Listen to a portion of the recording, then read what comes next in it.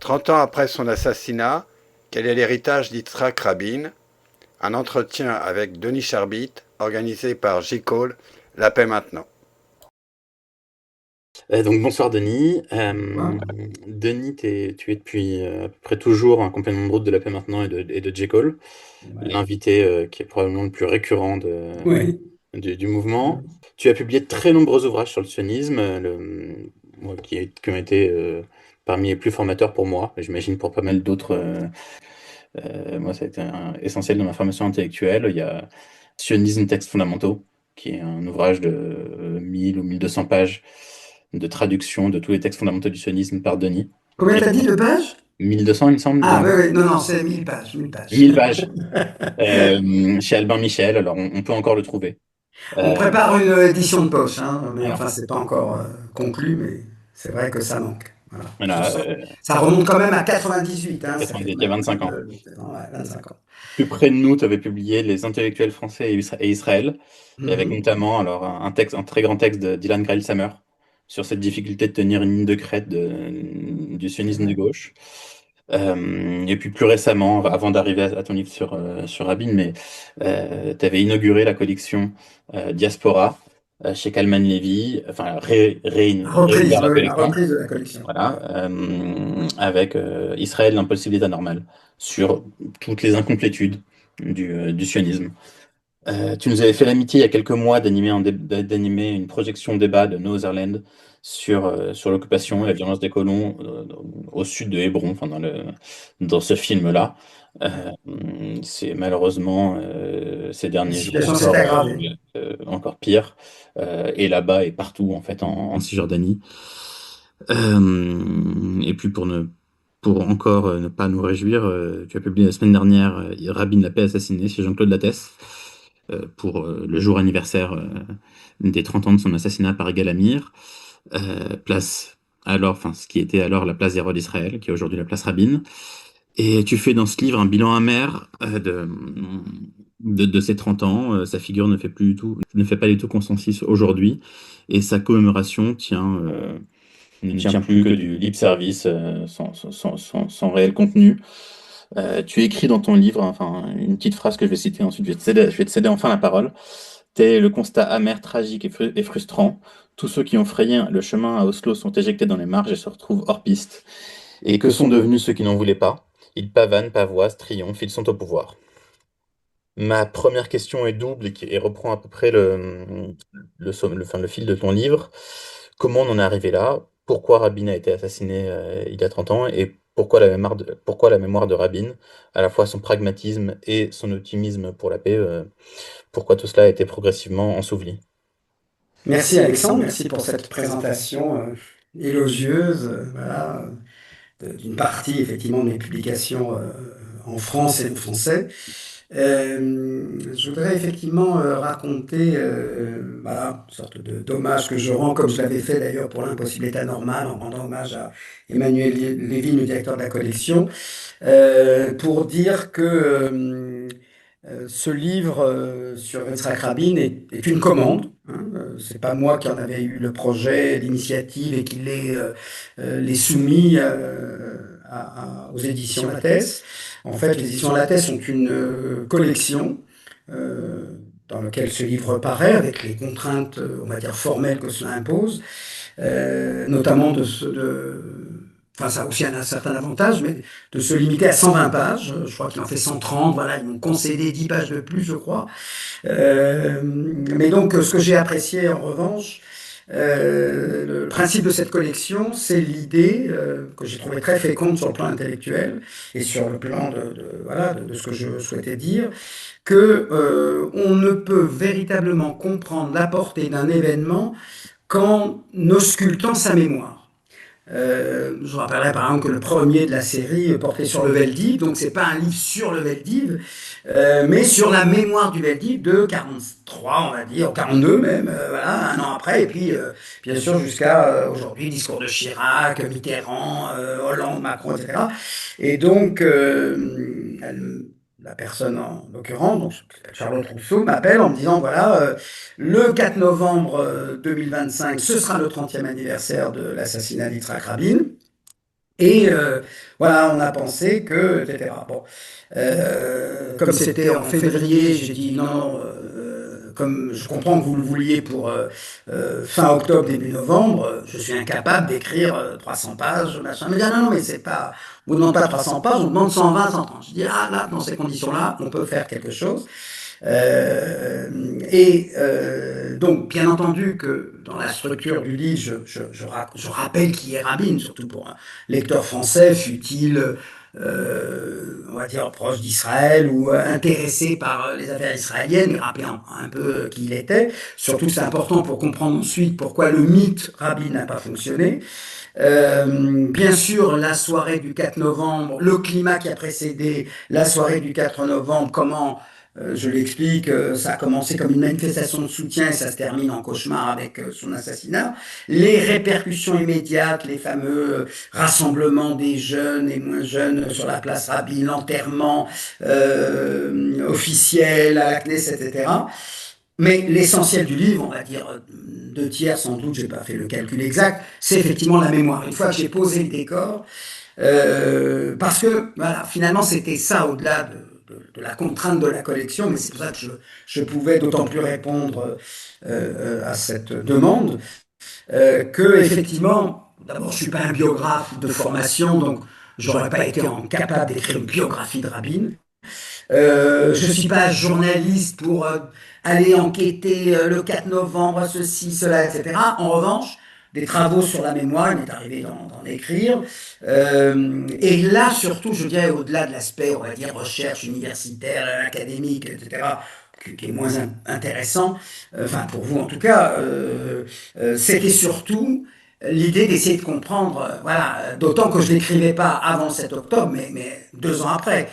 Et je dirais d'ailleurs, et c'est ce que tu as un peu ressenti dans la présentation que tu en as faite, je l'écris en gros entre février 2025 jusqu'à, j'ai dû le remettre le 15 septembre ou le 10 septembre, le dernier carat, après c'était les épreuves.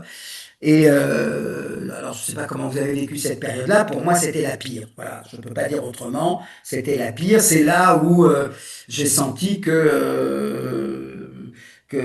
puisque je vous rappelle le contexte, hein, c'est Trump impose, on en parlera sans doute, impose un accord en disant je veux rentrer à la Maison Blanche pour la cérémonie de l'intronisation avec un accord signé.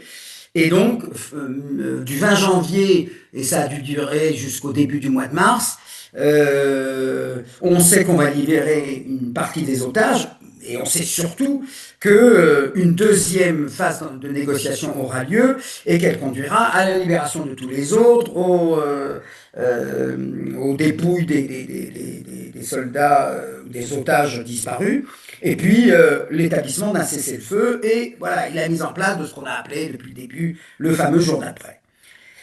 Or, fin février, j'ai plus la date exacte, Netanyahou dit pas de deuxième étape, on va essayer de trouver un autre accord, etc., etc. Et puis commence chariot de Gédéon 1, chariot de Gédéon 2, conquête de Gaza, c'est les fantasmes de colonisation de Gaza, le Riviera, l'épuration ethnique, l'accusation de génocide, même si on en reviendra peut-être tout à l'heure, en tant que tel, je ne l'ai jamais repris à mon compte, mais j'ai dû écrire quelque part, je ne saurais plus vous dire où, que je ne pouvais pas ne pas constater qu'il y avait addition de conquête, famine, épuration ethnique, déplacement, projet de colonisation, et je disais là, ça commence à faire beaucoup, quand bien même je ne reprends pas à mon compte la notion si controversée de génocide, mais je peux dire que j'ai vraiment, durant cette période-là, donc février, on en a fait qu'en parler, hein, en fait, c'est à partir du mois de mars que je m'y suis mis,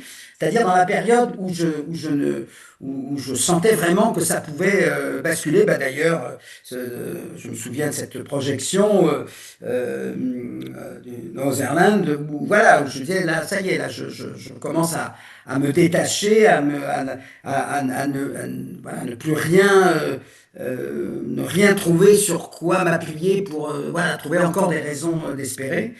C'est d'ailleurs avec cette formule de raison d'espérer que je termine la dédicace de ce livre à mon épouse, parce qu'on est très liés à tous ces événements liés à Rabin. Hein. C'est des événements aussi personnels, ce ne sont pas non seulement que des événements politiques, enfin en tout cas ils ont une dimension personnelle, hein. Ils font partie, comme on l'a dit, pour le 11 septembre ou le 7 octobre, de ces événements dont on se souvient très exactement où on était physiquement lorsqu'il a eu lieu. Et donc, je l'ai écrit pas pour raconter la vie de Rabin, pas pour décrire qu'est-ce qui s'est passé le 4 novembre et le lendemain et la semaine. Je l'ai écrit pour parler de cette mémoire, l'ausculter et voir, et ça j'en ai encore une fois un souvenir personnel, comment ça a été comme une sorte d'apothéose, comme ça. Et je l'ai dit, ça a d'ailleurs été repris pas mal parce que les gens l'avaient oublié sans doute, en tout cas les journalistes qui m'ont interrogé, ça les a beaucoup surpris, que le soir du 4 novembre et la semaine qui a suivi, on est tous en train de se dire Rabin a été assassiné, mais la paix a gagné. Et je cite d'ailleurs le chroniqueur qui représente les colons, enfin les gens des implantations, qui écrit chaque semaine depuis plus de 30 ans dans les colonnes du Haaretz, Israël Harel, et qui dit, je crois que c'est du 17 novembre, 15 jours après l'assassinat de Rabin, qui dit « Yigal Amir a cru qu'il allait arrêter le processus d'Oslo, il s'est complètement gouré. Oslo maintenant bénéficie, là où on était sur du 50-50, sur une majorité très courte face à une opposition que nous incarnions, là maintenant, après l'assassinat de Rabin, toute la population israélienne est en faveur du processus de paix, il arrivera à son terme, et Yigal Amir aura été le meilleur artisan de la paix. » Voilà ce qu'il écrit, c'est la citation, vous la retrouverez dans le livre, mais voilà en gros quelle était l'idée. Et c'était le sentiment qu'on avait tous. Voilà, Rabin a été assassiné, l'homme est mort, mais son héritage est certain de rester. C'est cette...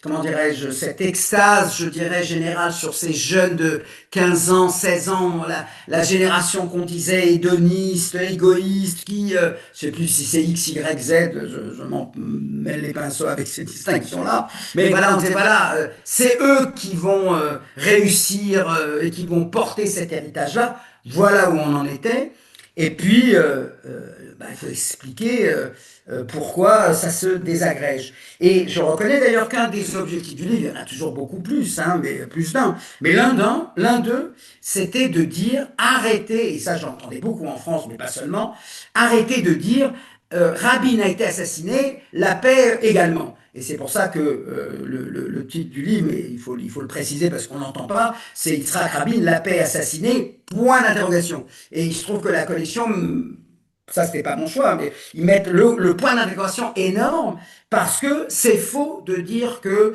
Rabin assassiné, la paix l'a été aussi.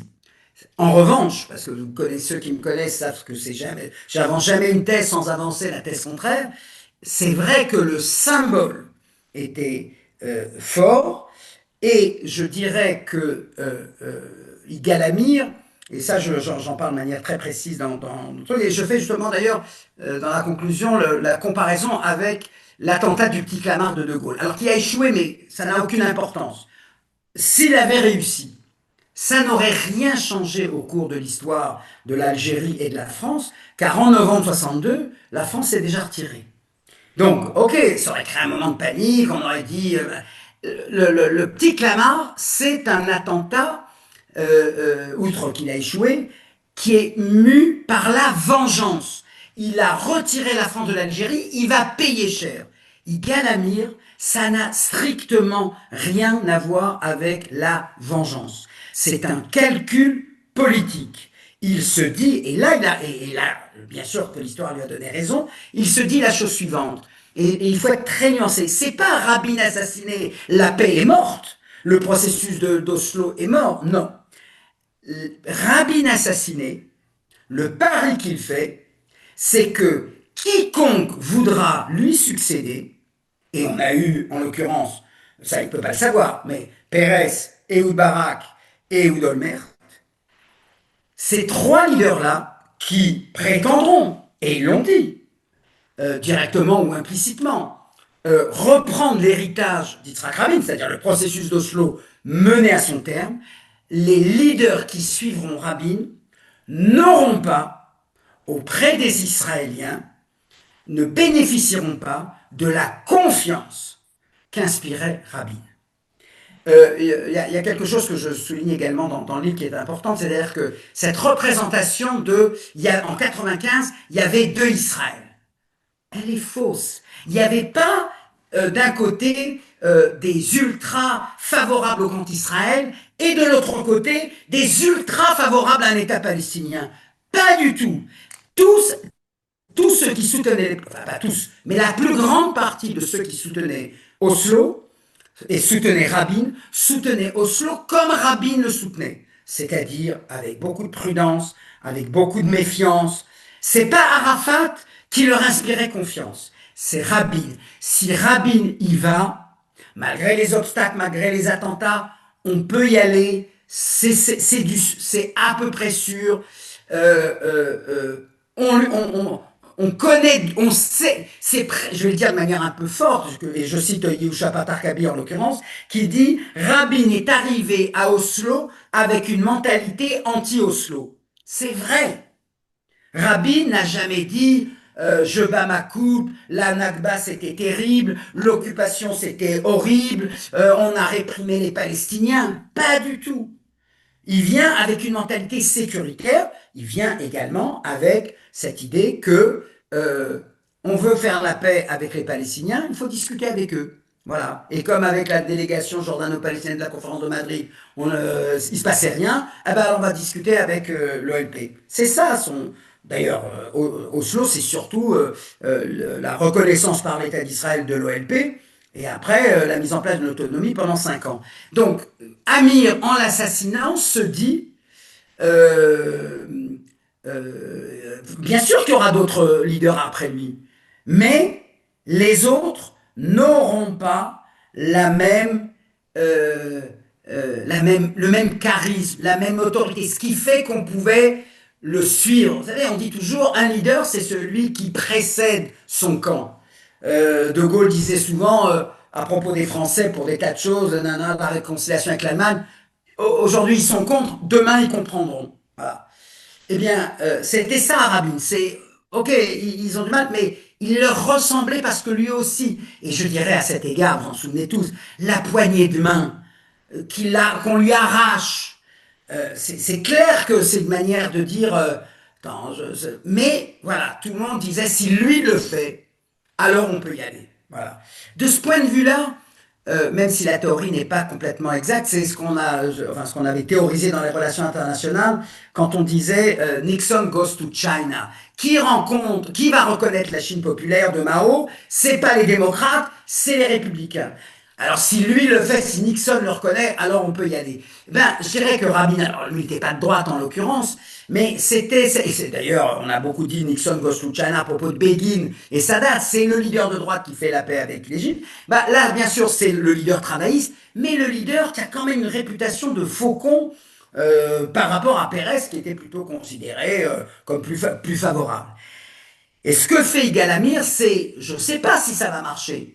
Bon, un Jlaba, ça il a réussi, il y aura d'autres leaders après lui, mais il y a de fortes chances, enfin je prévois, je bâtis cet acte criminel sur l'idée que ceux qui le remplaceront n'auront pas le même charisme. Ça c'est concernant, et en ce sens, puisqu'on parle de la mémoire, la grosse difficulté de la mémoire de Rabin, mais j'aurais pu appeler le livre La mémoire impossible, je l'appelais La mémoire fragmentée, la mémoire impossible parce que aller commémorer un assassinat dont vous voulez oublier l'héritage, c'est tout le paradoxe.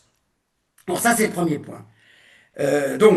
C'est un acte politique, c'est un assassinat politique qui a marché. Aller enseigner à des jeunes, puisque j'ai un grand chapitre, le plus grand je crois, enfin le plus long, sur comment on commémore à l'école.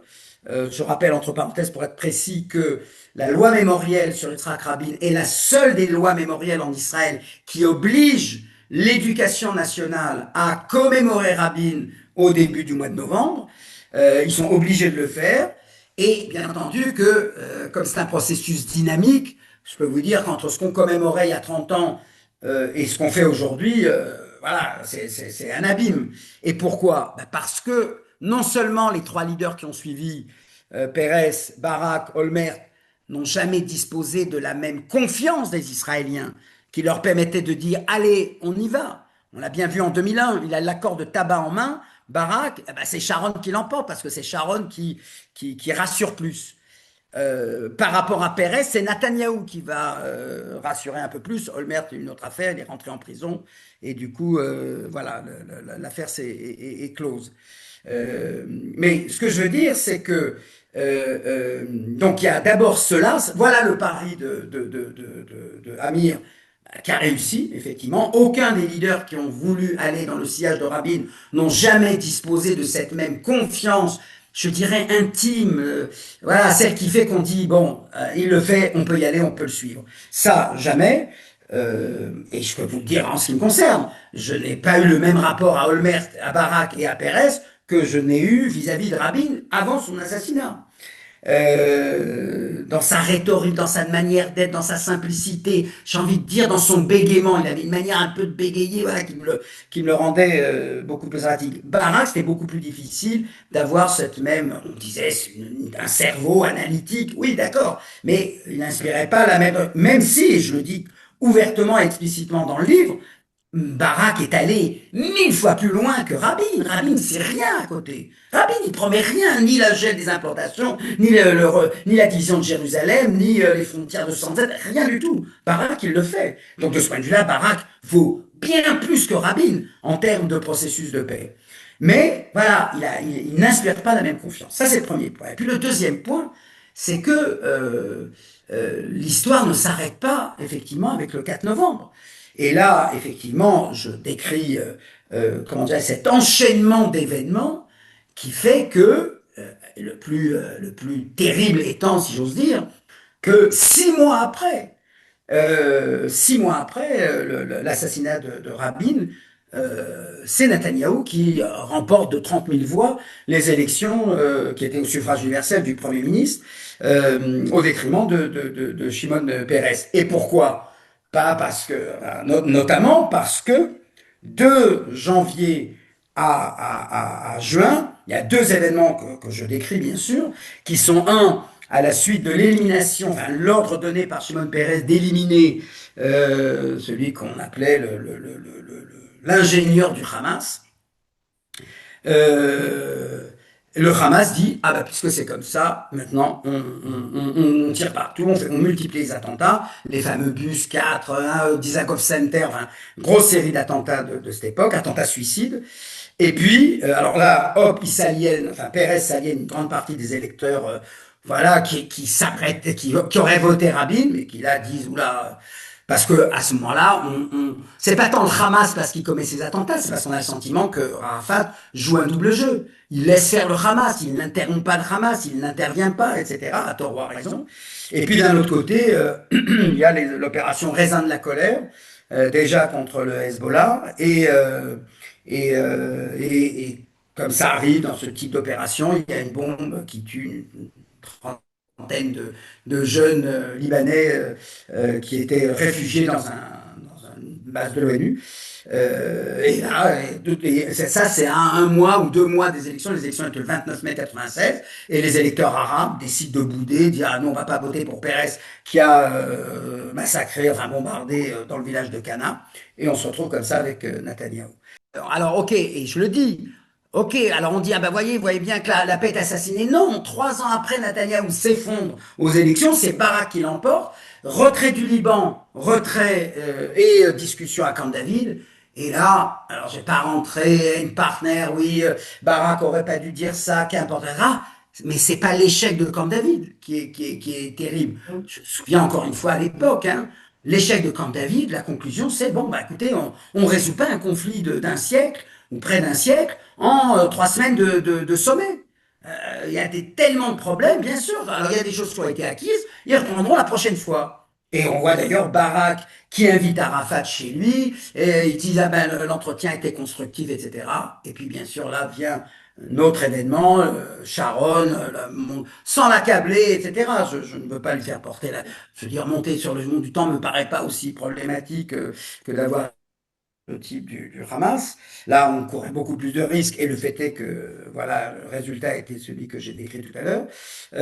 Et là, commence la seconde intifada. Et là, la seconde intifada, c'est pas la première. Alors, tout ça, c'est pour dire que si la mémoire de Rabin était là, alors, ce n'est pas seulement parce que Netanyahou est au pouvoir, c'est aussi parce que les événements ben voilà, ils inspirent l'inquiétude.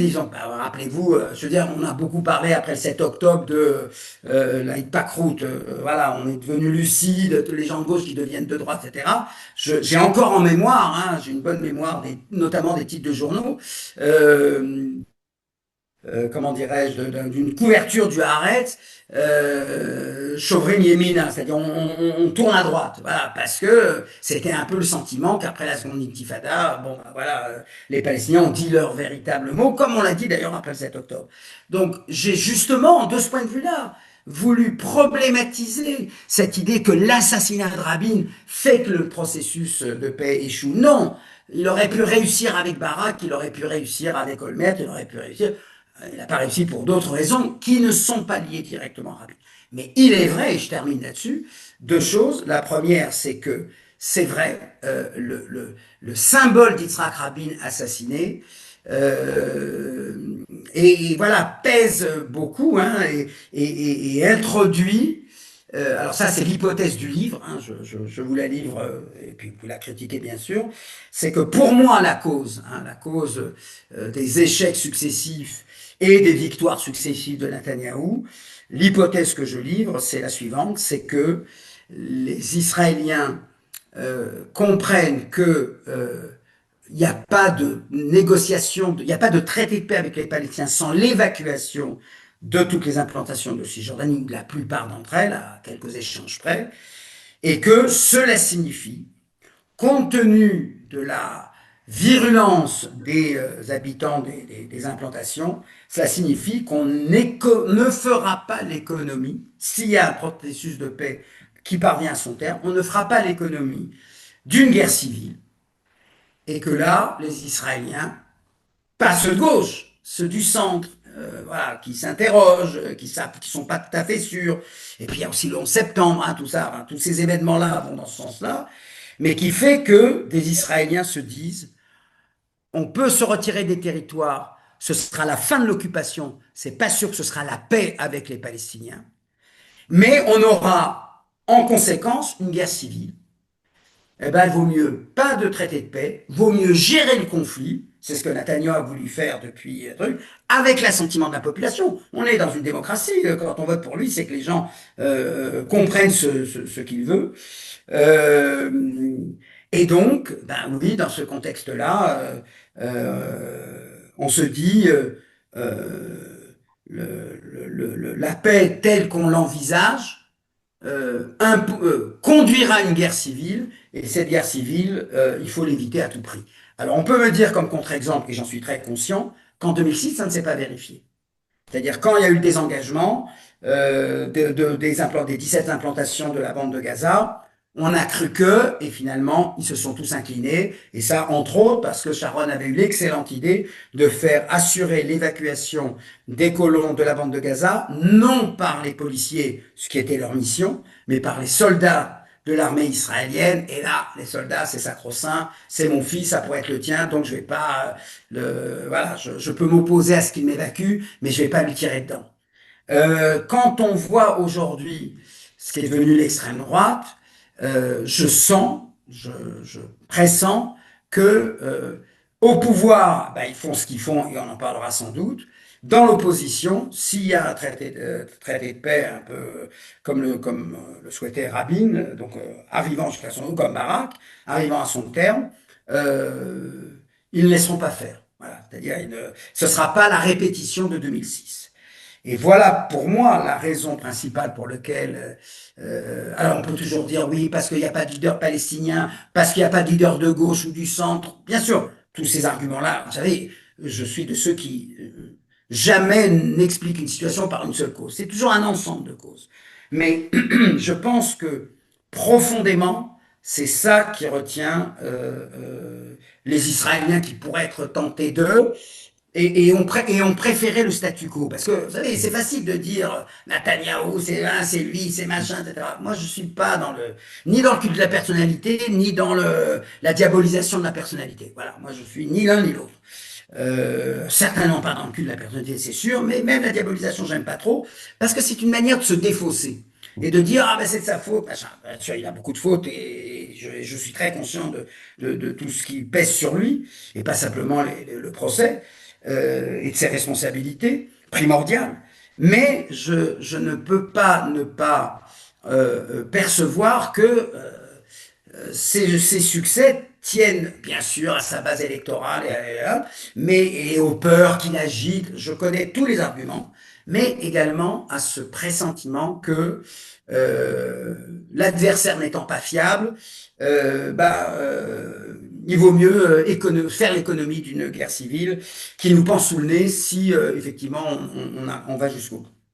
Et voilà, et à cet égard, écrire ce livre-là dans ce contexte-là était une manière, de dire, arrêter de dire Rabin assassiné, la paix est assassinée. Si la paix est assassinée, c'est pour des raisons beaucoup plus complexes que celles qui consistent à dire Rabin assassiné, tout est terminé. Et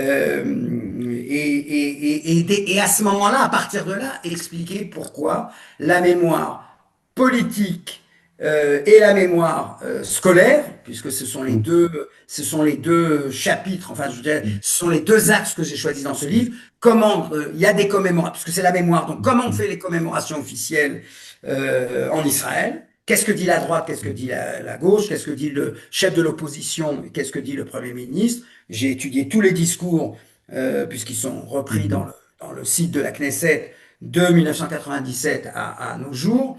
Et on voit comment progressivement cette mémoire-là, elle gêne. Je ne sais pas si je l'ai écrit, mais c'est le cadavre dans le placard, quoi. On ne sait pas quoi en faire. Et qu'est-ce qu'on fait alors à l'école, pour terminer? Eh ben, on va parler Rabin, l'homme du Palmar, Rabin, le chef d'état-major de 67. On va parler de la division entre les deux Israël, mais on parlera jamais de l'héritage d'Oslo, parce que je crois que je le dis dans le livre aussi.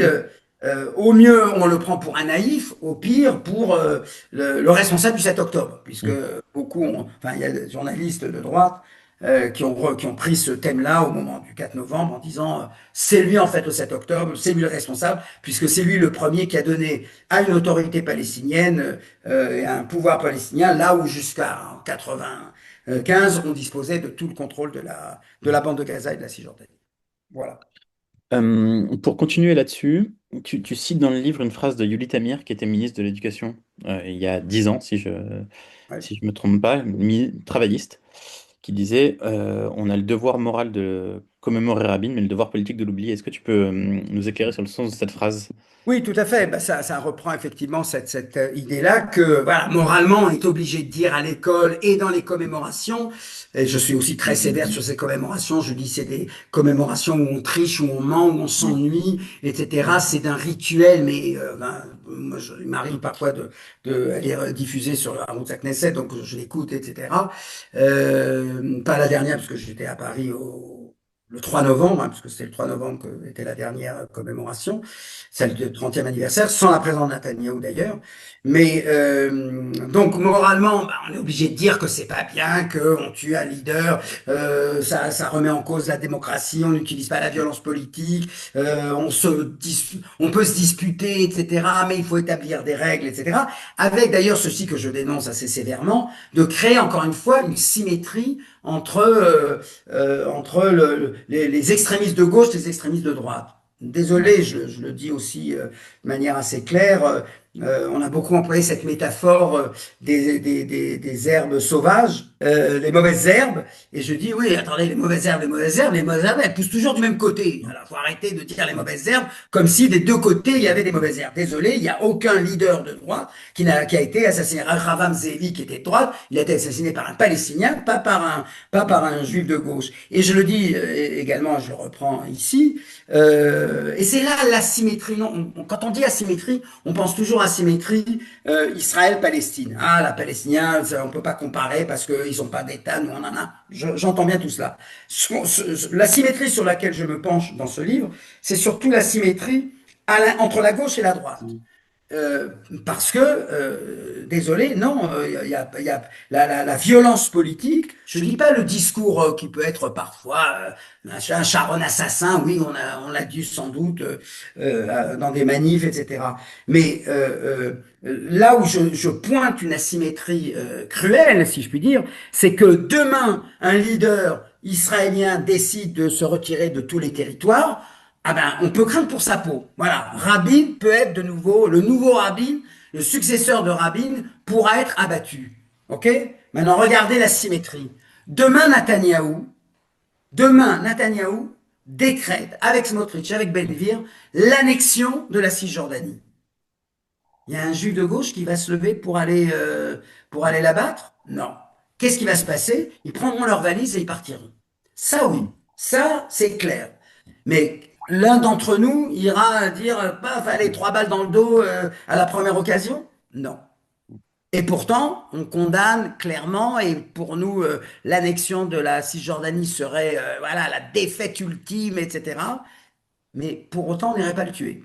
Et donc, c'est pour ça que je dis que cette fausse symétrie qu'on crée tout le temps, ah, il y a les fanatiques de gauche, il y a les fanatiques de droite, etc. Encore une fois, je ne parle pas sur le plan du vocabulaire. C'est sûr que, notamment depuis 2, 3, 4 ans même, ce qu'on dit de Netanyahou, du gouvernement actuel, c'est vrai que la rhétorique est assez fleurie. Elle peut parfois même être un peu violente, mais rien à voir avec. Alors je dis pas qu'on n'a pas arrêté 2, 3 fois des gens qui ont écrit un post en disant il faudrait éliminer Netanyahou. Ah, tu l'as menacé, etc. Ok, sans doute. Ce sont pas des. Enfin, je veux dire, mais ça n'a jamais été au-delà et en général ils s'en sont toujours sortis parce que il y avait aucune intention derrière. Le post était violent. Mais il y avait pas j'ai 3 colts dans mon tiroir et dans mon armoire j'ai une Kalachnikov, etc. Non, mais dans cette phrase, moi, ce qui me troublait, c'était la deuxième partie, le devoir politique de l'oublier, de la part de Yuli Tamir, qui était, enfin, qui Ah, aurait mais été tué. attention, quand Yuli Tamir le dit, elle dit pas nous avons le devoir politique de l'oublier. Mais, Tu sais quoi, je vais être plus nuancé. L'échec de la gauche là-dessus, enfin l'échec, le dilemme, je vais pas dire l'échec, le dilemme de la gauche après l'assassinat de Rabin, c'est qu'est-ce qu'on fait avec cet assassinat? mm, Est-ce qu'on en fait notre Jaurès, mm, c'est-à-dire tous les meetings, mm, tous les mm, machins, etc. Et là, une partie de la gauche, dont Shimon Peres, mm, et notamment pendant la campagne électorale de 96, mais même après, disent non, non, non, si on commence à mettre tout le paquet sur l'assassinat de Rabin, les électeurs de droite tentés de voter à gauche se sentiront visés et donc il vaut mieux l'étouffer un peu. C'est un calcul mm, tactique mm, qui a ok. jamais gagné, enfin je veux dire ça n'a jamais convaincu personne. Ça a été en tout cas la stratégie de Shimon Peres et même un petit peu après. Le devoir politique de l'oublier, oui, ça s'entend, mais c'est pas ce qu'elle veut dire. Ça s'entend en ce sens que et la gauche et la droite sont les deux responsables de l'avoir politiquement oublié. La droite, parce que elle, ça, j'ai fait, je vous le raconte parce que ça a fait, comme ça, suscité beaucoup de bruit. J'ai comparé la réaction de Bennett et de Netanyahou dans les discours qu'ils prononcent, hein, les 5 dernières années, dans ces commémorations rabbines, qui disent, et vous allez faire tout de suite le rapprochement avant que je ne le révèle, qui disent en gros, alors le lendemain de l'assassinat de Rabin, je pouvais plus me balader avec une kippa sur la tête. Mm, Alors, je ne sais pas si vous avez en tête, moi ça m'a rappelé Mamdani qui a dit, après le 11 septembre, ma tante ne pouvait pas porter un hijab. Je suis certain que Satan ne pouvait pas porter un hijab, comme je suis certain que beaucoup de juifs ont enlevé leur calotte, enfin, ont trafiqué, ou ont mis une casquette dessus, parce que, effectivement, le climat après était, effectivement, une sorte de colère. Mais retenir de l'événement un phénomène annexe, un phénomène, allez, je ne vais pas dire secondaire, je vais dire second, mm, c'est quand même le renversement de l'événement. mm, Alors, c'est quoi la Sénat de Rabin? Ah ben après, on a accusé tout un camp d'être l'assassin. Oui, sans doute. Encore une fois, je ne nie pas qu'il y avait une sorte de soupçon, c'est à cause de vous, etc. Une sorte de colère rentrée. Mais c'est ça l'assassinat de Rabin. C'est qu'un camp, pendant un certain temps, peut pas porter la calotte ou est gêné, etc. Même reproche qu'on a fait à Mamdani quand on lui a dit, attends, c'est ça le 11 septembre, ta tante pouvait pas se promener, machin, même si encore une fois, le phénomène est vrai. Et donc, à cet égard, voilà comment on a retourné l'événement. La gauche, elle, son erreur, ça a été de dire on va pas en faire trop parce qu'on va pas avoir les électeurs potentiels qui pourraient nous rejoindre, donc on va faire pédale douce, voilà. Et donc, et j'ajouterais également pour comprendre le rôle bizarre, on pourrait dire, de la gauche qui n'en a pas fait un grand mythe, c'est que d'abord Rabin ne se prête pas au mythe. Voilà. Alors ok, il a fait le Palmar, il a été chef d'état-major. Il y a des éléments qui pouvaient prêter au mythe. Je le dis également, le fait de changer, de passer, de faire ce twist et de dire maintenant je suis le leader qui va discuter avec les Palestiniens. Mais il faut bien comprendre, c'est la différence avec ce que je dis à propos de De Gaulle. Rabin, finalement, dans cette histoire, le dernier discours qu'il prononce, alors c'est le dernier parce qu'il a été assassiné, pas parce que c'est son dernier discours, mais à cause de l'assassinat, ça devient son dernier discours, il dit, on n'ira pas vers un État palestinien, on va démilitariser, on va garder la vallée du Jourdain, on va garder Jérusalem, et donc toute la droite dit, bah, vous voyez bien qu'il n'était pas de gauche, puisque regardez ce qu'il dit dans son dernier discours. Et à cet égard, ils n'ont pas totalement tort, à ceci près que je pense que ça, c'était les positions de départ. Et dans une négociation, on arrive toujours avec des positions de départ un peu dures, et puis après, on cède du terrain. Mais ce que je veux dire, c'est que c'est pas qu'on était après la création d'un État palestinien. Et en quel cas, oui, ben voilà, c'est à cause de Rabin qu'on a. Et donc la gauche a du mal je dirais la gauche Meretz, hein, de J. Cole et d'autres, elle a du mal à le récupérer parce que c'est pas le leader qui est, je veux dire, quand on a signalé, je le signale bien sûr dans le livre, quand il chante le Shir LaShalom, mais c'est la chanson qu'il n'a jamais chantée de toute sa vie. Lui, c'est son hit parade, si je puis dire, son medley, c'était pas le Shir LaShalom. La Shir LaShalom, c'est un chant subversif. Là, il y va parce que, bon, ben voilà, il est entraîné par l'émotion, etc. Mais se mettre sous la dent, Rabin, c'est un homme de paix parce qu'il a chanté Shir LaShalom, alors son discours, un mois avant, c'est compliqué. Et c'est pour ça que la gauche plus extrême, si je puis dire, même Yuli Tamir, on n'a pas su récupérer cette figure-là parce que il ne faisait que commencer. Il était un pionnier et pas plus. Pas plus, pas parce qu'il n'était pas sincère, mais parce que voilà, ça a été interrompu de manière prématurée. Il n'avait pas encore donné toute la mesure du leader de paix qu'il était. Il avait montré patte blanche, incontestablement. Je ne veux pas ici faire une image, mais voilà pourquoi politiquement la droite, elle veut pas en entendre parler. Euh, Elle essaie de le récupérer. C'est les types qui peuvent plus mettre leur calotte, qui sont à plaindre, etc. Et puis après, l'intifada, la seconde guerre du Liban, le 7 octobre, voilà. Alors, avec peut-être un bémol pour terminer, c'est que le 7 octobre redonne, écoutez bien la nuance, elle ne fait pas plus de gens dans le camp de la paix, on ne grossit pas les troupes, mais elle redonne plus de pertinence à cette idée qu'on ne s'en sortira pas si on ne met pas les Palestiniens dans l'équation. Voilà. Ça, je l'ai dit à plusieurs reprises, avant le 7 octobre, on passe pour voilà, on y croit encore, les années 70, peace and love, etc. On n'est pas, on passe pas pour des gens sérieux. Voilà, j'exagère, je caricature un peu. Après le 7 octobre, on se rétrécit puisque voilà, les Palestiniens nous ont donné, ceux qui travaillaient tous les jours dans les kibboutz, nous ont donné la preuve que ils en pensaient pas moins, etc., etc. Vous connaissez tous les récits et toute la rhétorique autour de ça. Oui, mais ce pôle-là, il grossit pas en effectif, mais qualitativement, il retrouve une pertinence et je dirais presque mais ça, c'est pas à cause de la gauche, mais c'est à cause de Trump, une certaine menace. C'est-à-dire qu'aujourd'hui, Trump, il faut bien en parler, attends, il est capable de tout là. Là, maintenant, non, bien sûr, non, non, non, mais demain, pourquoi pas, quoi. Peut-être que demain, il va imposer à Israël que des soldats turcs soient dans la bande de Gaza.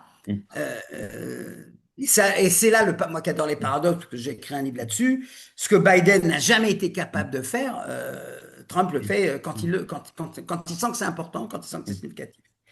Et voilà pourquoi ça retrouve de la pertinence, pas parce que Yair Golan, nanana, Namal Azimi, non, non, bien, ils inspirent le respect, ils savent parler, ils sont intègres, tout ce que vous voulez, ils sont des bosseurs, vraiment ils font du travail parlementaire de premier truc, ça on le reconnaît quand on est un tant soit peu honnête, mais c'est parce que ce qui se passe en Europe, ce qui se passe aux États-Unis, ah, qu'on le veuille ou non, on dira c'est de l'antisémitisme. Oui, oui, d'accord, c'est de l'antisémitisme. Ok, très bien, Macron, c'est de l'antisémitisme, tout ce que vous voulez. Oui, mais ils remettent ce truc, enfin, la solution à deux États dans la balance. Là où on croyait qu'avec les accords d'Abraham, c'était terminé. Basta, on n'en parle plus. J'ai d'abord une question pour nous-mêmes, enfin nous-mêmes comme étant les amis de Shola Marshall, les amis du Meretz, d'Avoda, de toute la gauche israélienne du camp de la paix. Est-ce que cette commémoration de Rabin ne nous a pas un peu calcifié à nous faire répéter les mêmes mantras sur la solution des États, sur les colons, sans plus vraiment revoir notre logiciel? On n'est pas audible du camp israélien. De l'autre côté, on est aussi paralysé par l'irrédentisme palestinien, par le triomphe actuel de l'antisionisme en Europe. Il y a des lueurs d'espoir. Enfin, Le livre, j'imagine que ne t'a pas échappé la citation que je tire du texte de Peggy, du mystère de la charité de Jeanne d'Arc, dans lequel il a cette magnifique image, cette magnifique métaphore. Il faut du travail, du travail, du travail, et puis pour tuer un homme, il faut une minute. Et cette opposition donc magnifique entre le parti du sabre et le parti de la charrue. Nous, on est le parti de la charrue. Voilà. En plus, ça va bien avec le Avoda, puisque il y a cette dimension agricole, etc.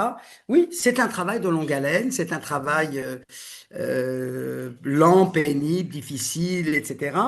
Mais voilà, soutenu malgré tout, voilà, je dirais enfin, diplomatiquement parlant, il n'y a pas d'autre solution que celle-là. Ça ne nous empêche pas, et là je salue toutes les initiatives, Standing Together et autres, qui, je dirais, sont beaucoup plus travaillées par voilà, cette accusation de suprémacisme, etc. Et donc veillent beaucoup plus à cesser on va dire, cette sorte de sentiment que nous avions, que nous savons ce qu'on doit faire, et puis les Arabes, on ne les interroge pas, eux seront l'objet du processus de paix. Donc à cet égard, c'est vrai que cette participation égalitaire ouvre de nouvelles directions. Est-ce qu'elle convainc la population israélienne?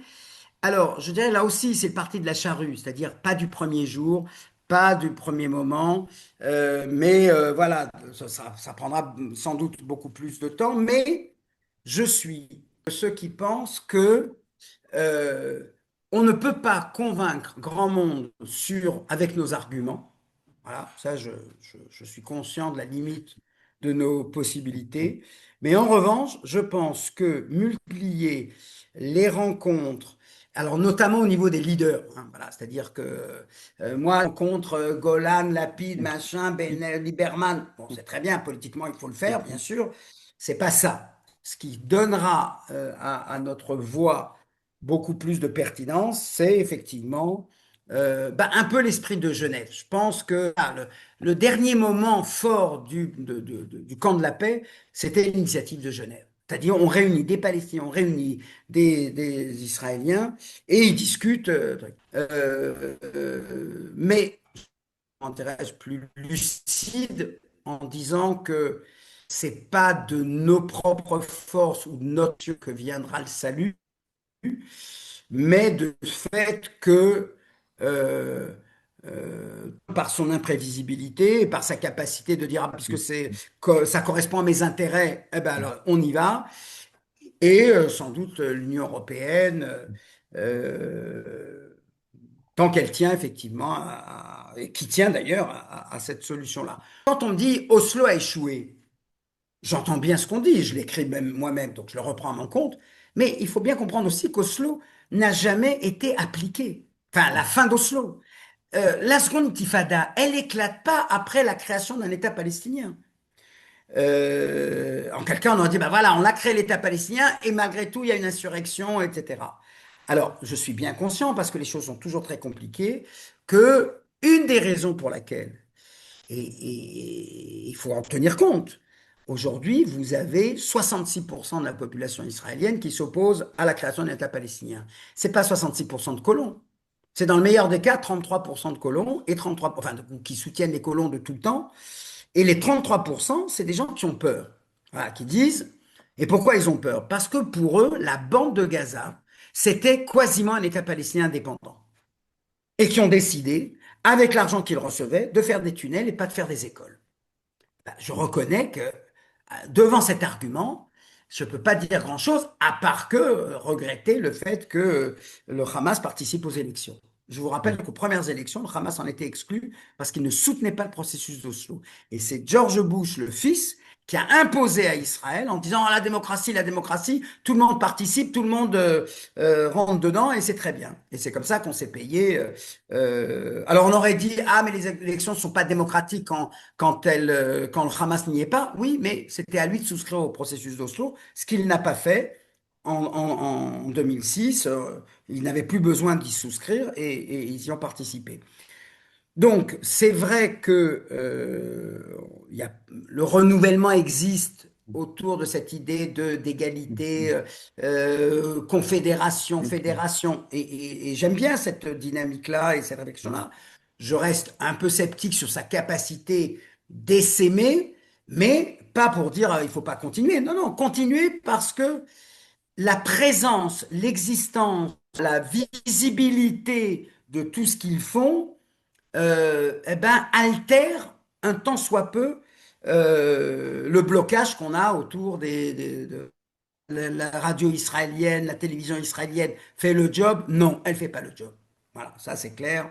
Elle est très, très, très sceptique là-dessus. Par contre, oui, je peux vous dire, voilà, puisque voilà, je suis plus à Paris, je suis plus en année sabbatique, le nombre de fois où j'entends des émissions musicales, littéraires, artistiques, etc. Alors, on a traduit Omar Khayyam du perse pour nous rappeler que l'Iran, c'est pas simplement Khomeini et la révolution islamique. Ah, très bien, ok.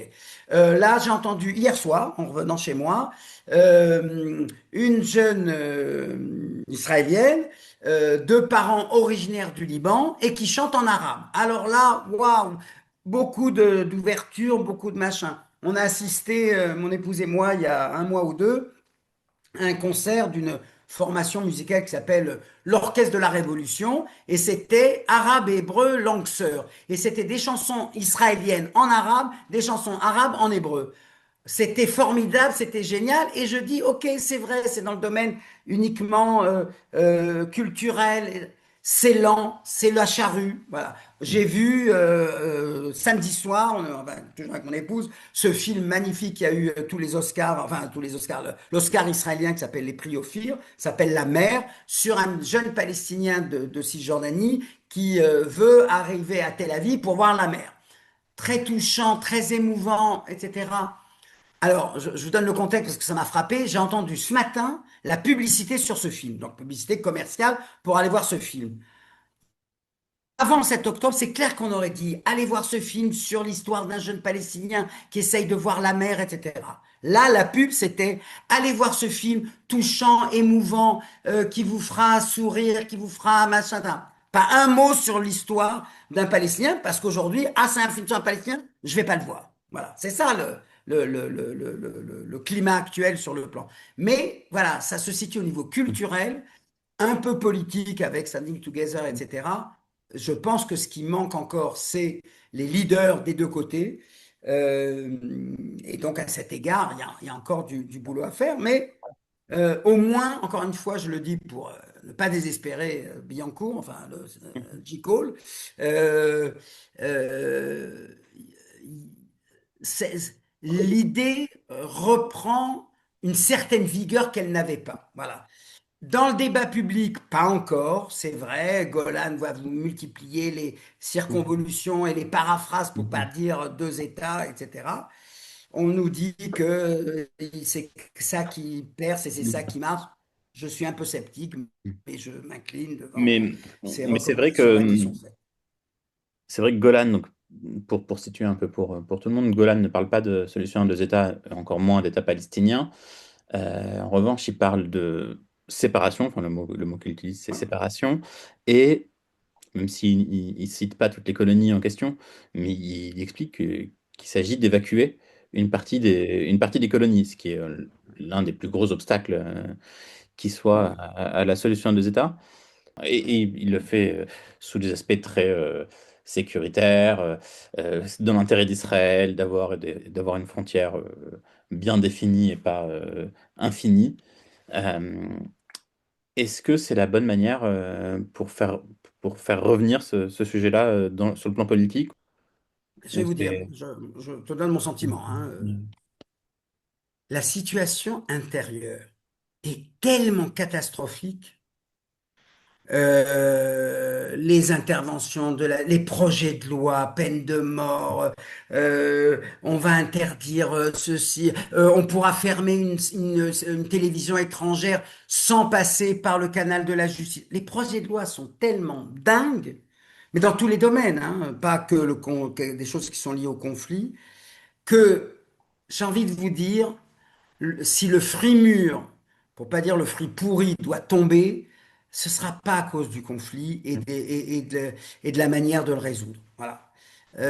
Ça, j'en suis assez. Les élections, c'est cette année, c'est pas dans 4 ans. Donc c'est sûr que ce qui peut faire, il y a deux arguments qui peuvent faire tomber la coalition de Netanyahou. Le premier, c'est quand on a le 7 octobre, on ne se représente pas une deuxième fois. Voilà, ça y est.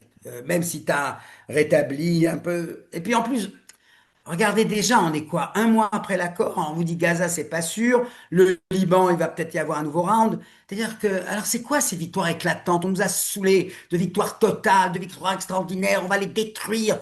Mais il faut bien comprendre, on n'est pas encore totalement délivré de ce vocabulaire. Voilà. J'entendais, c'était pour l'enterrement de Hardar Goldin, vous savez, ce soldat dont on a rapatrié le corps 14 ans, 12 ans après, pardon, 11 ans après. Et son commandant qui dit, voilà, nous sommes allés faire la guerre pour détruire le Hamas. Moi qui l'entends, je me dis, mais attends, il le dit, mais il voit bien qu'on n'a pas détruit le Hamas. Donc, est-ce que quand il dit ça, les gens disent, oui, c'est vrai que c'était ça le but, mais on n'y est pas arrivé tout à fait.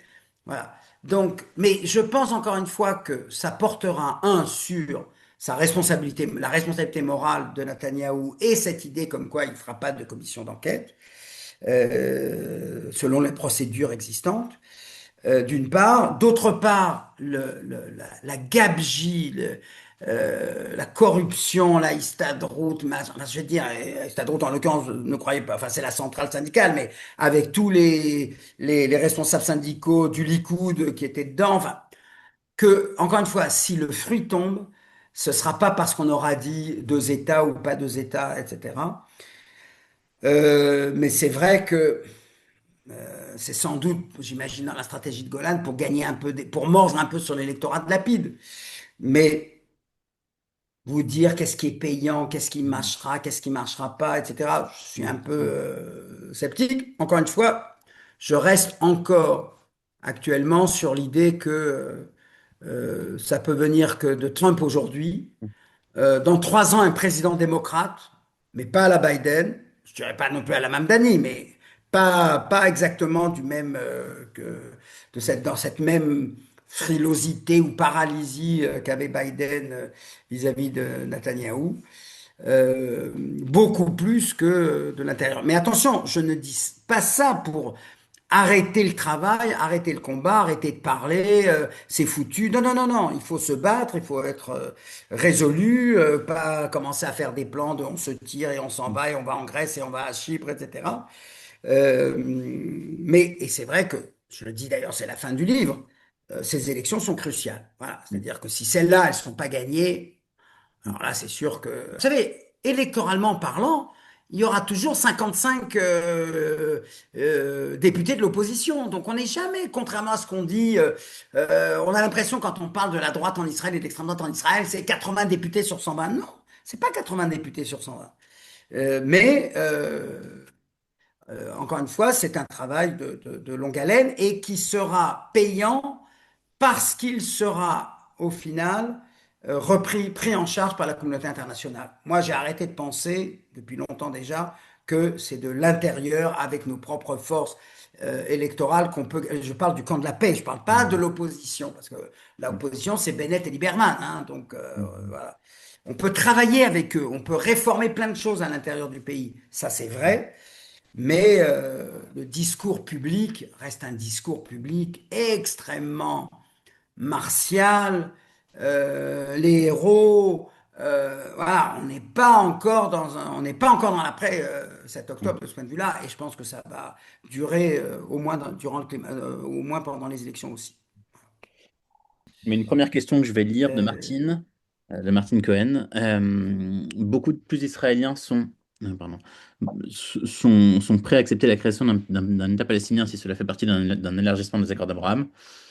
Et une seconde question encore de Martine. Shaul Arieli est passé sur la chaîne 12 et a parlé de son idée d'une possibilité d'inclure seulement 4% du territoire de la Cisjordanie. Est-ce que ça a eu un impact?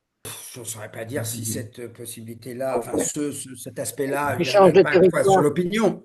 J'en doute. Shaul Hariri fait un travail remarquable. Alors lui notamment dans cette idée qui est intéressant ce qu'il fait parce que lui son truc c'est de dire on va arrêter de désespérer le camp de la paix et donc on va lui donner des raisons d'espérer. Alors c'est par exemple cette histoire que les colons sont pas aussi nombreux, il y en a beaucoup Mm. qui partent, il y a beaucoup de gens qui quittent la religion et qui quittent les colonies, etc., Mm. etc. Bon. Il a sans doute des informations beaucoup plus fiables et beaucoup plus, etc. Sur cette histoire des échanges, sans doute aussi. En revanche, là, je reprends la première question que Martine a posée. Là, c'est très clair. Aujourd'hui, mais voilà, mais il y a toujours ce côté, moi, qui m'énerve un peu, parce que moi, je suis pas un homme politique, je suis plutôt voilà, un chercheur et intellectuel, si vous voulez, appelez ça comme vous voulez, mais donc moi, ce langage de, on va enrober le problème palestinien dans une nouvelle architecture sécuritaire au centre duquel il y aura l'Arabie Saoudite, il y a quelque chose qui m'irrite un peu dans cette manière de faire, c'est-à-dire c'est, hein, en fait, on va régler le problème palestinien, mais vous n'allez pas vous en rendre compte parce qu'on va mettre l'Arabie Saoudite au centre, etc. Je vois bien l'astuce, je vois bien le stratagème, mais il m'apparaît gros comme une maison. C'est-à-dire, encore une fois, c'est une manière de dire, on va faire du problème palestinien un problème local. Voilà. Bon, on n'a un petit différent avec les Palestiniens, mais avec les Saoudiens, ça va s'arranger, etc. Alors, plût à Dieu, attention, ne me comprenez pas mal, plût à Dieu que ça passe comme ça, parce que c'est sans doute la stratégie la plus efficace pour y arriver. Voilà, c'est dire l'Arabie Saoudite prend, etc. Alors, si ce n'est que, et c'est pas que l'Arabie Saoudite, c'est l'Égypte, c'est la Jordanie, c'est l'autorité palestinienne. Oui, il y a une coalition qui est en mesure de faire le contrepoids à Qatar, Turquie, etc. Qui me paraît, et Hamas, qui me paraît une coalition très compliquée, qui était indispensable pour signer l'accord en octobre. Ça, là-dessus, on peut pas, c'est pas l'Arabie Saoudite qui aurait pu signer, qui aurait pu retirer du Hamas, qui est son ennemi juré, un accord de cet ordre-là. Mais c'est sûr que, ça je le concède amplement, la confrontation israélo-palestinienne tout seul, le duo israélo-palestinien, ça ne sera pas comme ça, comme on a pensé le faire en 2000. En revanche, effectivement, l'intégration de l'Arabie Saoudite, c'est en gros l'initiative arabe qui avait été abandonnée, enfin, que Sharon avait toujours négligée, c'est-à-dire, bah, si vous voulez, il faut que les Palestiniens aient leur État, etc. C'est sûr que l'avantage de cette solution, c'est qu'elle repolitise le conflit. Elle dit, ah ben il y a des Arabes qui sont bien, il y en a qui sont pas bien, comme il y a des Israéliens qui sont bien, il y en a qui sont pas bien. Elle permet de recréer des lignes qui soient pas Israël, Palestinien, Israël, monde arabe. Et en ce sens, c'est capital. ce que j'aime moins, je le reprends, c'est cette idée de dissimuler qu'on va aussi régler comme ça le problème palestinien. Non, on ne peut pas le dissimuler. Voilà, il faut que ce soit également sur la table. Il faut qu'on dise, voilà, vous voulez les Saoudiens, vous voulez le développement, machin, la manne saoudienne, ah ben, il faut avancer sur le problème palestinien. Voilà, il faut dire les choses clairement. Voilà. Aujourd'hui, euh, alors oui, ça fait, encore une fois, cette idée séduit, mais elle n'est pas encore présentée. On verra pendant la campagne électorale. C'est un excellent moyen de dire, voilà, on n'est pas comme vous. Euh, Parce que on a, nous, une stratégie que vous êtes incapable de réaliser. Vous aurez pu la réaliser avant. Après le 7 octobre, c'est plus possible. Il y a une autre question de Giorgio Gomel, de J. Cole Italie. L'opinion publique en Israël est préoccupée à raison par les boycotts académiques, culturels, voire les sanctions économiques, enfin, la suspension de l'accord avec l'Union européenne. Ouais. Euh, et à la fois, on a le sentiment que l'Europe est assez hors jeu dans cette équation. Est-ce, est-ce que l'Europe peut jouer un rôle ou... Alors, moi là-dessus, alors m'a beaucoup interrogé sur cette histoire de boycott. Moi, je suis très clairement contre le boycott universitaire, culturel et sportif. Et pourtant, j'aime pas le sport, hein, mais je dis aussi sportif. Voilà. Je, je- j'ai repris en paraphrasant la fameuse phrase entre la justice et ma mère, je préfère ma mère. Ben, je dis voilà, entre la justice abstraite de soutien à la cause palestinienne et l'artiste qui doit jouer, l'universitaire qui doit présenter sa recherche et le sportif qui doit faire sa compétition, eh bien, je suis pour le sportif, etc. Pour autant, que ce soit clair, je place quand même des limites aussi, pour autant que l'artiste, l'universitaire, le musicien, le chef d'orchestre ou l'athlète n'ait pas prononcé, n'ait pas fait un discours belliqueux, machin, etc. Voilà. On a le droit de s'abstenir. Moi, cette pression, il faut dire génocide pour pouvoir être accepté. Il faut, pour pouvoir faire une conférence, dire je condamne le truc de Gaza, machin, etc. Autant je peux le dire du matin jusqu'au soir, autant si on m'en fait une condition, je la refuse. Voilà. Là-dessus, il faut être d'une clarté, pas à cause d'Israël. Ça n'a rien, pour moi, ça n'a rien à voir avec Israël. Mais c'est parce que, sans s'en rendre compte, on renoue avec les pratiques totalitaires de l'Union soviétique. Les soviétiques faisaient pas autre chose. Ah, t'as rencontré un mec de la CIA? T'es un espion au service de l'Amérique. Mais attendez, j'ai rencontré quelqu'un, c'est pas moi. Ah non, non, mais comme tu l'as rencontré, c'est la même chose, etc. Pour moi, c'est détestable. Et donc, je suis violemment contre. Et là où je vais peut-être vous surprendre, c'est que si à un moment, le gouvernement israélien s'entête, s'obstine et machin, et qu'à un moment l'Union européenne décide d'arrêter euh, des sanctions économiques. Voilà. On ne participe pas au fonds de pension, on ne va pas investir en Israël, machin, etc. Là, je suis beaucoup plus, j'encourage pas, mais je dirais que là, c'est un autre terrain. Parce que là, c'est une question là, c'est dans le rapport d'État à État. Je ne vois absolument aucune perspective immédiate économique d'Israël. L'Union européenne, tout au plus, ça peut être l'étiquetage des produits. Et elle est censée l'avoir fait, est-ce que ça s'est fait, j'en sais rien, j'ai pas l'impression, etc. Coopération universitaire, non. Voilà. Je trouve que là, et je dirais même, c'est même pas dans l'intérêt de l'Europe, parce qu'il faut bien comprendre, la coopération universitaire entre l'Union européenne et Israël, c'est pas la coopération avec le tiers-monde. On va vous former des médecins, et on va vous former des physiciens, et on va vous former des ingénieurs. C'est une vraie coopération, une coopération scientifique donnant-donnant, c'est-à-dire d'égal à égal. Donc, je veux dire, la recherche scientifique aura à en pâtir. Voilà.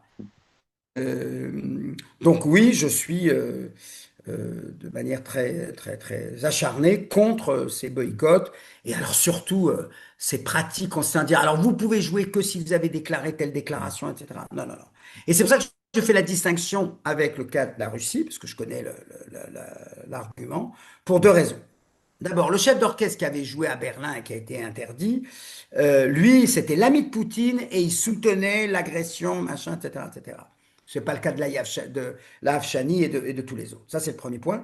Et le deuxième point, le 7 octobre, c'est pas à vous que j'ai besoin de le rappeler, le 7 octobre, c'est pas les sbires de Ben Gvir qui rentrent à Gaza et qui massacrent 1240 personnes et en prennent en otage 250. Voilà. Et à cet égard, c'est un double standard, oui, c'est un double standard, mais pour de bonnes raisons, pas pour de mauvaises raisons. Pas parce que on culpabilise à cause de la Shoah, etc., etc.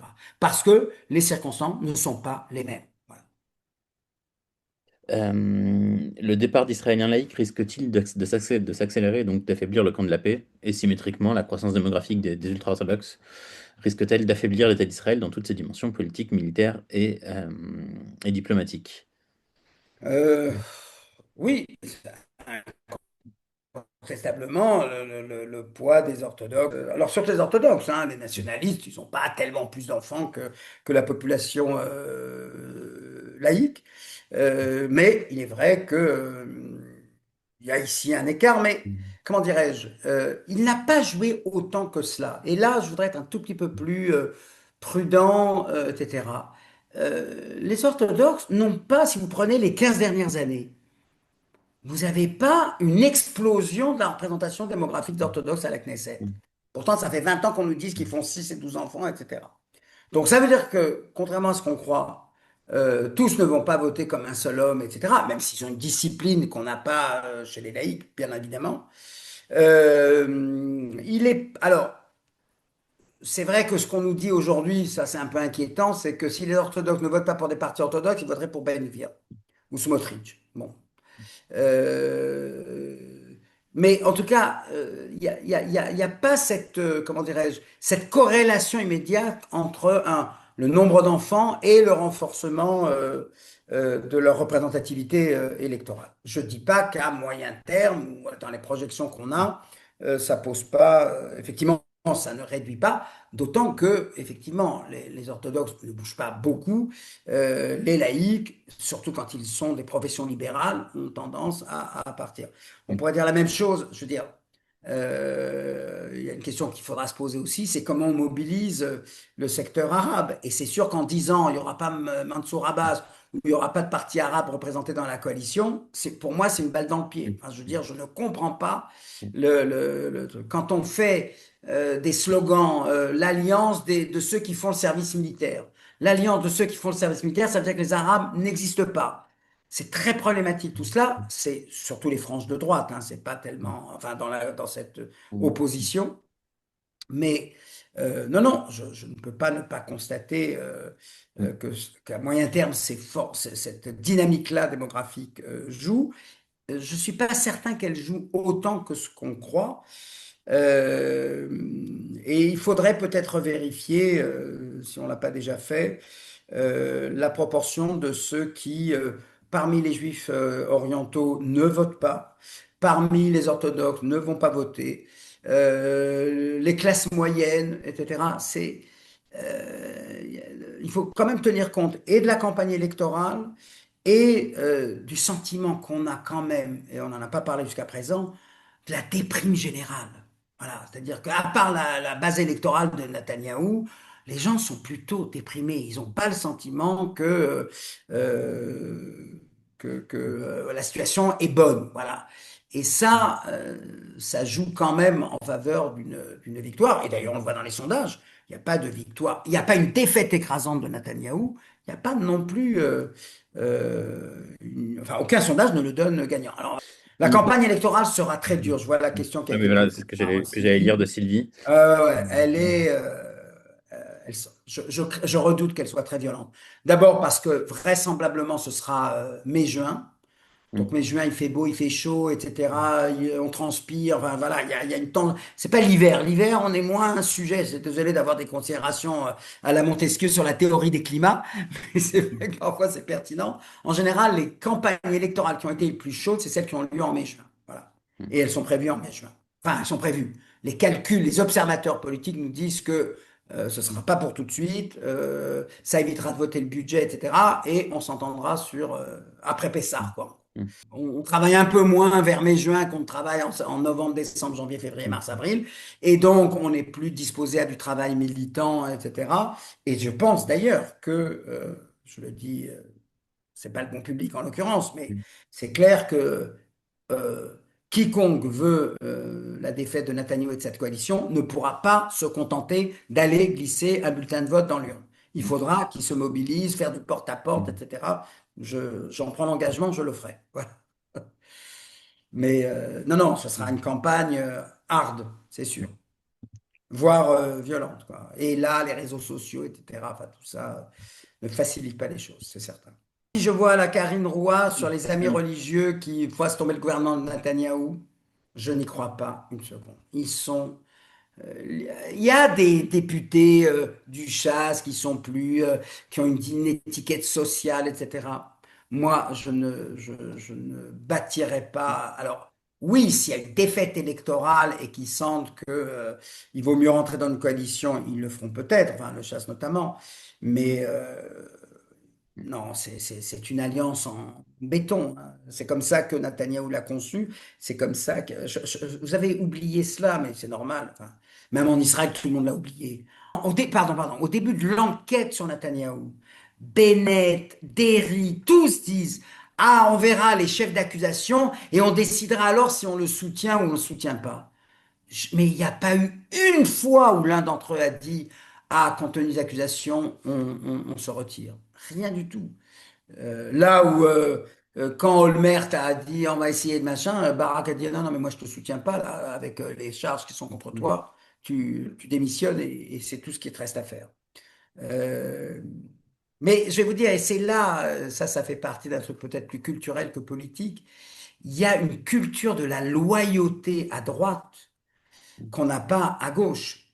C'est-à-dire, à gauche, on est sévère. À gauche, ah, la procureure a menti à ses supérieurs, ah, elle doit payer, même si c'était pour la cause de l'arrestation et du procès des 5 soldats, enfin, pas jeunes, hein, c'est des réservistes, qui auraient torturé un Palestinien.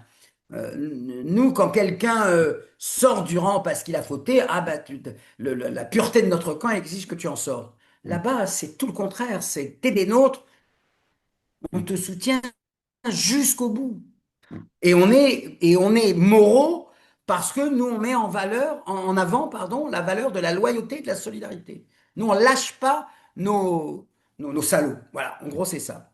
Et moralement, ils sont convaincus que c'est très bien. Nous, un salaud, quelqu'un enfin, qui est sorti du rang, qui a pas, on peut écrire, dire il a pas fait que des choses terribles dans sa vie. Je vois là, ce qu'on écrit autour de la procureure, qui est d'ailleurs pas de gauche, hein, je veux dire, elle a arrêté elle a ouvert beaucoup plus de procès pour les Palestiniens qu'elle n'en a fait pour 5 soldats, tout au plus, quoi. Mais voilà. La diaspora. Ah, c'est une Voilà, belle une question, question Ilan. d'Ilan, puisque Alors, moi, je Lydie pense que apparaît le pour prochain l'essentiel. rôle, je sais que c'est un aspect tout petit, mais pour moi qui est grammatique, même si je pense encore que c'est pas gagné pour la Knesset, c'est ce projet de la peine de mort. Là, si la diaspora fait pas un tintamarre là-dessus, si elle dit pas à la Hatkan, voilà. Parce que là, bien sûr, ça touche la sécurité, les Palestiniens, mais c'est quand même quelque chose enfin, je veux dire, d'abord, dans l'Union européenne, voilà, elle n'accepte pas un seul membre qui rétablit la peine de mort, c'est une condition pour entrer dans l'Union européenne. Là, en France, mémoire Badinter, quand même, si Panthéon, etc. Si sur ce sujet-là, on en est encore à ce débat, obligation de réserve, machin, etc. Là, il faut s'y préparer. Même si je ne suis pas convaincu parce que, voilà, je pense que politiquement, ça ne passera pas. Il n'y aura pas une majorité pour voter pour. Mais, vous savez, moi, j'ai arrêté de penser que ce qui est incroyable et inconcevable n'aura pas lieu. Oui, il a lieu. Mais là, il faut qu'il y ait un débat. Et puis, je pense, là, je vous le dis parce que, voilà, on est dans le même bateau, mais moi, je pense qu'il est temps de dire, et je le dirai au CRIF, là, puisque j'y suis invité la semaine prochaine, euh, on ne peut pas tout le temps dire on a le droit de critiquer Israël, mais pas de mettre en cause son existence, ce que je conçois parfaitement. Et dès que Delphine Orwiller l'ouvre, Johann Sfar l'ouvre, et eux, ils ne font que critiquer Israël, on leur tombe dessus. Là, les copains, il faut choisir une bonne fois pour toutes. Parce que cet argument-là de on a le droit de critiquer Israël, chaque fois qu'un juif l'exerce, il se fait rembarrer d'une manière insupportable. Alors, on a le droit de critiquer ses positions. Attention, le débat, c'est le débat. Comme les miennes. Moi, j'avais été opposé, j'avais contesté qui que ce soit m'écrit de France pour me dire, ah, je suis pas d'accord, d'accord, on n'est pas d'accord, très bien, discutons-en. Mais là, je pense que diaspora de gauche, enfin, J. Cole, machin, etc., je pense que c'est aujourd'hui le débat qu'elle doit avoir euh, à l'intérieur de la communauté juive en disant, attendez, les copains, on n'arrête pas de dire qu'on a le droit de critiquer Israël, et quand on le fait, vous nous tombez dessus. Donc, il y a un truc qui va pas. Donc la diaspora, oui, elle a un rôle. Alors, attention, aux États-Unis, regardez, hein, le gouvernement israélien a cessé de se tourner du côté de la communauté juive américaine. Elle n'existe plus pour le gouvernement. La situation française est bien sûr totalement différente, je vous le concède volontiers. Euh, et je comprends de ce point de vue-là, attention, je ne dis pas que c'est simple. J'entends bien l'argument qui consiste à dire, hein, c'est ce qu'on me dit tout le temps, enfin ce qu'on m'écrit souvent, on dit tellement de choses graves sur Israël et tellement dégueulasses, etc., qu'on ne va pas en rajouter. Mm. Moi, c'est un argument que je n'accepte pas. Je dis non, non, non. Et là, on parlait de Laurence tout à l'heure. Ben voilà, je suis content de l'avoir écrit pour qu'on dise, ah ben tiens, Mm. c'est pas parce que c'est un juif de gauche et qui est parfois très dur envers son gouvernement qu'il s'interdit de déboulonner des statuts de commandeurs tels Henri Laurent. Donc, j'ai pas de. euh, donc, il faut être capable de tenir les deux. Voilà. Mm. Euh, donc. Mm. Alors, après, comment on fait pour mobiliser, comment et qui, Mm. etc. Les problèmes se posent. Là-dessus, on est, encore une fois dans le même bateau. Quid d'un Mais leader palestinien? Sa capitale, hein, Marc Lebray, que je connais bien, que je suis heureux de saluer. C'est la question de Bernard également, hein, de Bernard Zawi, que je salue également. Tout le problème aujourd'hui de notre camp, c'est que du côté palestinien, on a Mahmoud Abbas et son dauphin. Bon. Et du côté israélien, j'espérais beaucoup en Eisenkot. Je l'ai encore entendu ce matin à la radio sur la question de la peine de mort. Voilà, Rabin aussi, il savait pas très bien parler, mais enfin, quand Rabin voulait être ferme, il était ferme. Là, ça va nous poser des problèmes diplomatiques, incapable d'avoir une parole ferme. Voilà. Donc, c'est sûr que le problème de l'opposition, c'est que la cause de la paix, à la fin, il faut que quelqu'un l'incarne. Voilà. Et Lapid l'incarne pas, Gantz non plus, Eisenkot, bah, même moi qui lui suis plutôt indulgent, bah, je trouve pas que. Il a le côté taiseux de Rabin, mais pas plus que le côté taiseux de Rabin. C'est toujours un peu alambiqué, puis il reprend les mêmes, 3 fois le même mot, le même argument. Enfin bon, voilà, lui, il lui faudrait un conseiller en rhétorique, mais c'est pas ça. Donc c'est vrai que. Mais attention, c'est sûr que c'est ça qui fait peut-être que c'est pas, on va pas landslide, comme disent les Américains, une victoire électorale majeure. D'un autre côté, le ras-le-bol contre Netanyahou et contre son gouvernement et 250 000 réservistes, mais les orthodoxes, on les dispense. Voilà, toutes ces contradictions-là, ça devrait quand même leur exploser à la gueule, mais c'est vrai on aurait voulu. Est-ce que Yair Golan est capable? Peut-être, je ne sais pas. J'aurais aimé, j'aurais souhaité. Mais, euh, mais c'est sûr que de ce point de vue-là, je pense qu'il doit incarner un pôle plus raide en quelque sorte. on va essayer de suivre ta leçon de labourer Oui, du côté, exactement.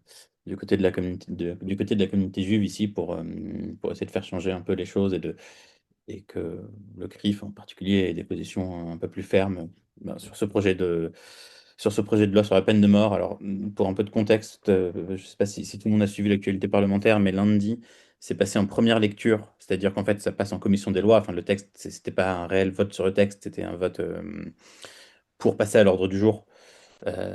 Reste que Yesh Atid a snobé le vote et a laissé passer ce texte-là en commission des lois. Donc, il va y avoir un vrai débat maintenant dessus.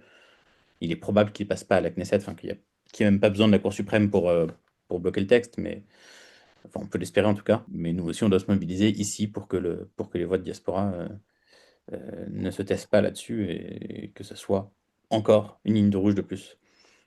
Peut-être en France, et à Paris en l'occurrence, il faut se battre sur les deux fronts. Mm, C'est-à-dire, il faut être sur le mm, front de la lutte contre l'antisionisme et mm, l'antisémitisme et pas dire, enfin, on peut toujours dire, oui, mais Netanyahou a mm, encouragé par sa politique. Bien sûr, on peut aussi, mais ne pas lâcher cette cause-là parce que c'est celle-là qui, en diaspora, auprès des communautés, de la communauté juive, plutôt favorable à mm, Netanyahou, mm, mm, euh, redonnera plus de légitimité. C'est-à-dire que si tout ce qu'on entend, c'est Netanyahou et machin, voilà, corruption, enfin, tout ça, vous serez accusé de. Si en revanche, vous tirez parti de la situation actuelle en France, qui est terrible, hein, je reprends encore une fois cette histoire sur Laurence, où moi j'ai écrit indépendamment du colloque de Collège de France. Moi, je l'ai publié il y a 2 mois.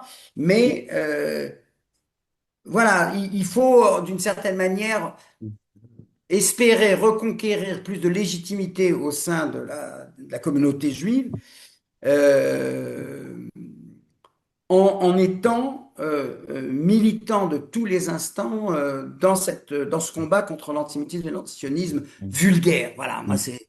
euh, et là, en l'occurrence, pour dire un mot sur le Collège de France, parce que j'en ai pas mal parlé ces derniers jours, euh, alors, 2 choses. La première, des colloques comme ça sur la Palestine, il y en a déjà eu des centaines en France. Le colloque de Collège de France n'a rien de nouveau. Je peux vous montrer des programmes, je les garde, les concerts, machin. C'est exactement ça. mm, Pour moi, le problème, c'était que c'était au Collège de mm, France. mm, Et quand j'ai entendu qu'il est ailleurs, machin, très bien, faites votre colloque, c'est parfait. Pas le Collège de France, parce que le Collège de France, c'est comme une Bastille, quoi. Je veux dire, mm, euh, et je dis pas tel ou tel autre, et le contenu, et les machins, c'était déséquilibré, etc. Je veux dire, ça fait des décennies que les colloques il y a plus de contradictions dans les colloques. Je veux dire, même en Israël, je veux dire, que ce soit pour un plan théorique ou un plan militant, etc. Donc, ne pas céder sur les symboles, ça me paraissait important et c'est pour ça que j'ai critiqué. Enfin, je me serais peut-être pas battu pour l'annulation du colloque, mais qu'il soit reporté ailleurs, c'est parfait, très bien. Comme ça, il y a la liberté académique qui est respectée, mais c'est quand même pas le Collège de France. Donc, il faut savoir cibler ce qu'on veut. Voilà. Mais le colloque comme tel, mais attendez, mais croyez qu'Aix-en-Provence, et je connais bien, il n'y a pas des colloques, mais de même nature. Le sionisme, colonialisme européen, machin, etc. Et qu'il n'y ait pas de contradiction, mais voilà. Et quant à des colloques sur Israël, je peux vous dire que ça fait longtemps qu'il n'y en a pas dans l'université. Dans l'université. Colloques sur Israël, il n'y en a plus. Donc, qu'on ne me dise pas, de ce point de vue-là, il y avait un déséquilibre qui a toujours existé. Euh, et dans les colloques Israël auxquels j'ai pu participer ces dernières années, il y en a eu quand même quelques-uns.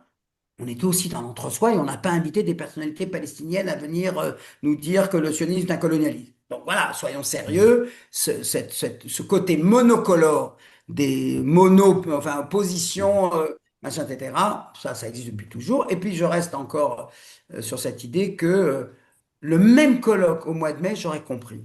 Pas en novembre quand il y a un cessez-le-feu à Gaza. Mais je suis, oui, satisfait de ce que ce colloque puisse avoir lieu, pas au Collège de France. Pour moi, c'était ça la bataille à mener, et elle a été menée. Et finalement, le compromis qui a été trouvé me paraît très satisfaisant. Et ils vont se retrouver à 50, parce que je veux dire, voilà, ne fantasmons pas sur le fait que ça va être suivi. Voilà. Super. Ben, merci beaucoup, Denis, pour d'avoir répondu à toutes nos questions. et d'être revenu vraiment en longueur. Alors, t'as heureusement pas tout dit, il y a encore plein d'autres choses à lire dans ton livre, donc Oui, les guerrières de la lisez paix quand ont même le un livre. impact en France. Ouais. Oui, bien sûr, en France. Résonance Israël, beaucoup plus limité, mais vous savez, il faut pas se poser la question de l'impact qu'on a en Israël. Il faut surtout poser la question de l'impact qu'on a dans le domaine français. Et à cet égard, le travail qui est effectué par Guerre de la paix est indispensable parce que de ce point de vue-là, c'est pas le guerre de la paix contre le bêtard, c'est le guerre de la paix contre Tzedek, contre ce qui se passe au sein de la gauche, etc. Ça ou Golem ou autre, etc. Donc, qu'importe si l'impact est un peu moins, mais c'est important parce que ça multiplie toujours cette idée que, voilà, on peut se parler, on peut discuter, on est, etc. Et à un moment, ça évoluera, à un moment, ça prendra plus tard, plus tôt, on verra bien.